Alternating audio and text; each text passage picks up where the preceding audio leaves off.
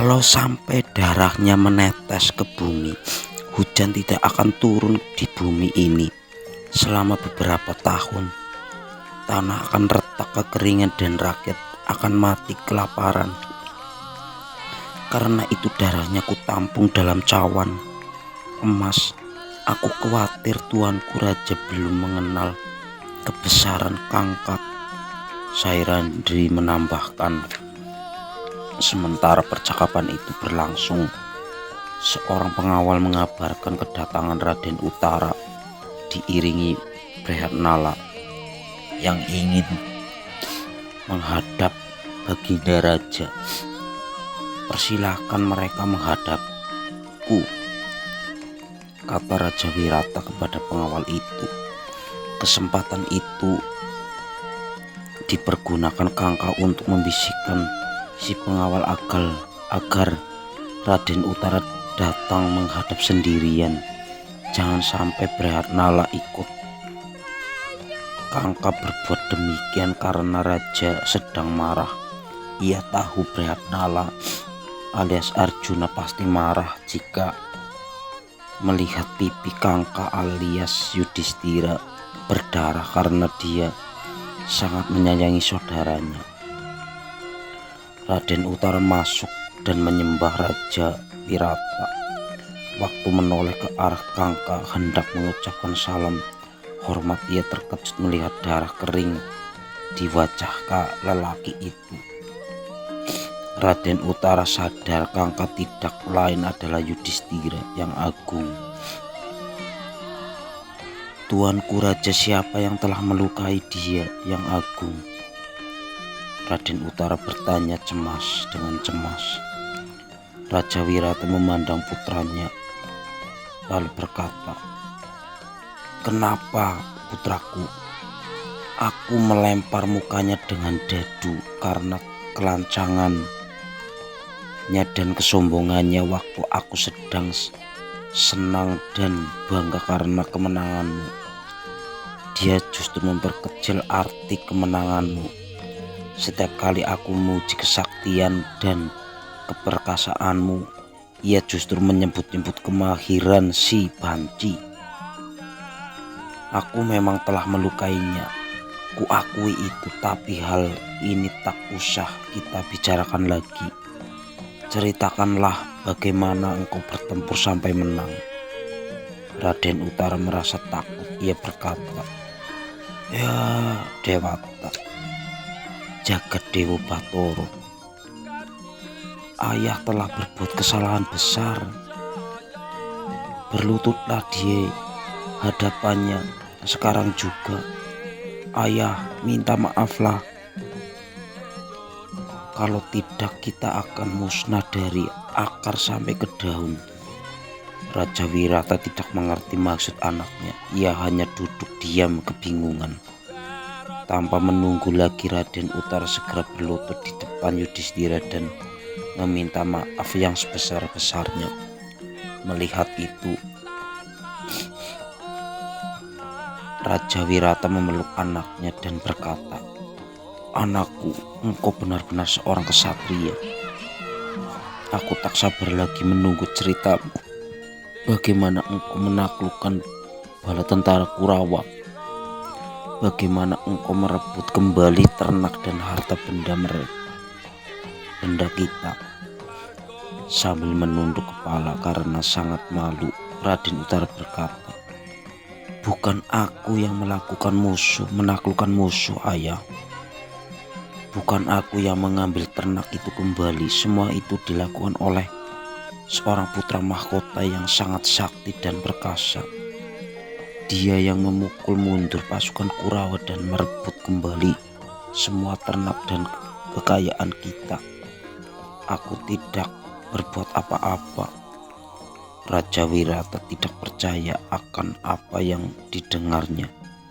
Ia bertanya lagi, "Di manakah putra mahkota itu sekarang? Aku harus berterima kasih kepadanya karena ia telah menolong engkau dan mengusir musuh. Akan kuberikan anakku Dewi Utari untuk dipersunting. Panggillah Dewi Utari sekarang juga." Dia telah pergi, mungkin besok atau lusa dia akan datang kemari, jawab Raden Utara. Atas perintah Raja Wirata, balairung dan ruang-ruang persidangan besar di ibu kota negeri Maja dihiasi sangat megah untuk merayakan kemenangan raja dan putra mahkota. Undangan dikirim kepada raja-raja, sahabat, tamu-tamu agung, dan orang-orang penting lainnya.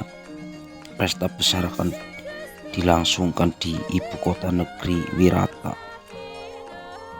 Kangka Walala si juru masak, Brehanala si guru tari, Dharma Granti si tukang kuda, dan Tatripala si pengembala hadir di pesta.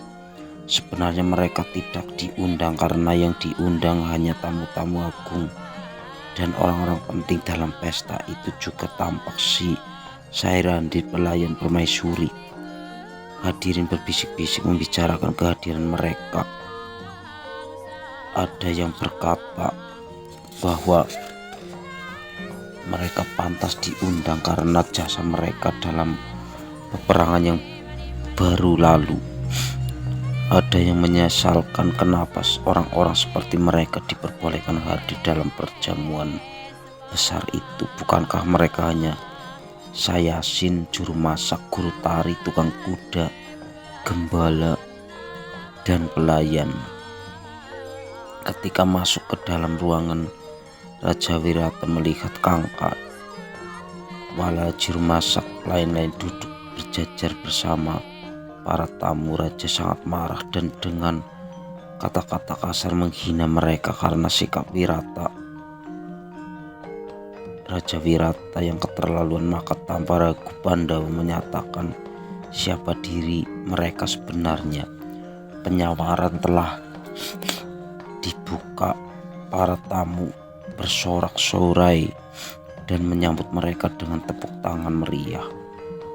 Raja Wirata sungguh tidak menyangka bahwa orang-orang selama ini telah bekerja keras mengabdi kepadanya tidak lain adalah Pandawa.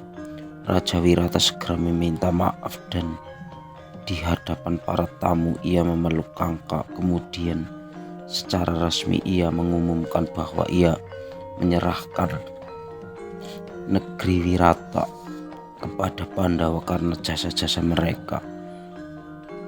Raja Wirata juga menyerahkan putrinya Dewi Utari kepada Arjuna untuk diberi istri. Pandawa mengucapkan terima kasih kepada Raja Wirata dan rakyat negeri Matsya yang telah melindungi dan membantu mereka dalam keadaan sangat sulit selama 1 tahun. Pandawa menerima penyerahan negeri Wirata secara simbolik dan saat itu juga menyerahkan kembali kepada Raja Wirata. Kemudian semua yang hadir mempersembahkan doa syukur bagi kemakmuran dan kesejahteraan Raja Wirata.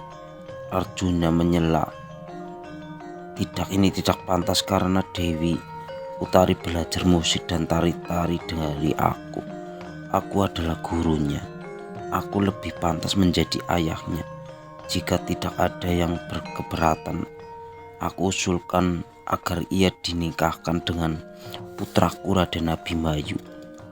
Sementara semua orang sedang berpesta, datang utusan Duryudana membawa pesan khusus untuk Yudhistira.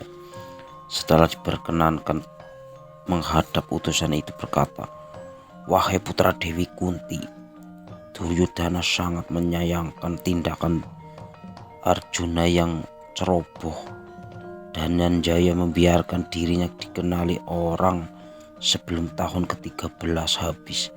Engkau harus kembali ke hutan lagi. Sesuai sumpahmu, engkau harus mengembara 12 tahun lagi di dalam hutan."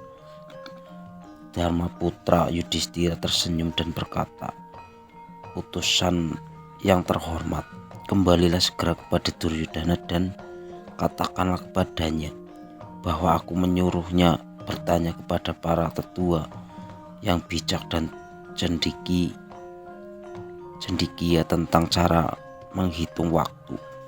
Kakek Bisma yang kita muliakan dan para guru lainnya pasti tahu peredaran bintang di langit. Mereka pasti akan menegaskan bahwa 13 tahun penuh telah kami lewatkan. Tepat sehari sebelum Kurawa mendengar desing Gendiwa dan deru Dewa Data milik Dananjaya yang membuat kalian lari tunggang langgang.